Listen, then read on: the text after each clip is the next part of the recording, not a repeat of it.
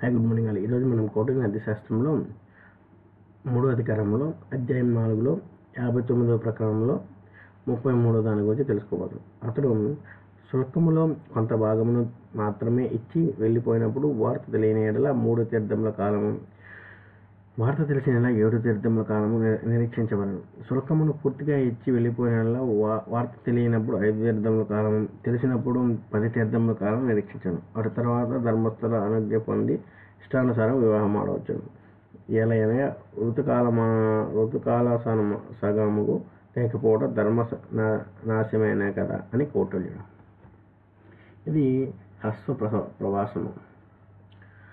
దీర్ఘకాల ప్రవాసి అయిన భర్తకై, భద్రాజితుడైన భర్తకై, చచ్చిపోయినట్టు వినవచ్చిన భర్తకై 7 తీర్థముల కాలము, సంతానవతి అయిన ఎడల 1 సంవత్సర కాలం నిరీక్షించగలరు.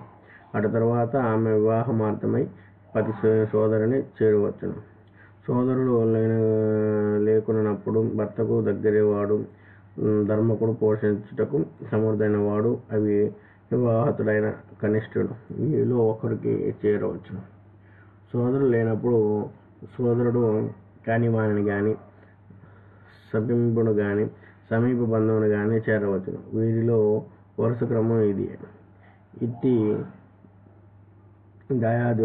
దాయాదులను తిరస్కరించి మరి యొక్కని వివాహమాడిన ప్రేమికకు నొకరిని వివాహమాడిన ప్రేమికుడు, అట్టి స్త్రీ ఆమెను దత్తము చేసినవాడు, ఆమెను వివాహం చేసుకున్నవాడు వ్యభిచారమును చెల్లించబడు.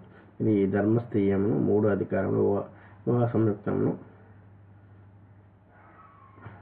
నిష్పత్రము, పద్యానుసారము, హ్రస్వాసారము, దీర్ఘ ప్రవాసము అనే 4 అధ్యాయం.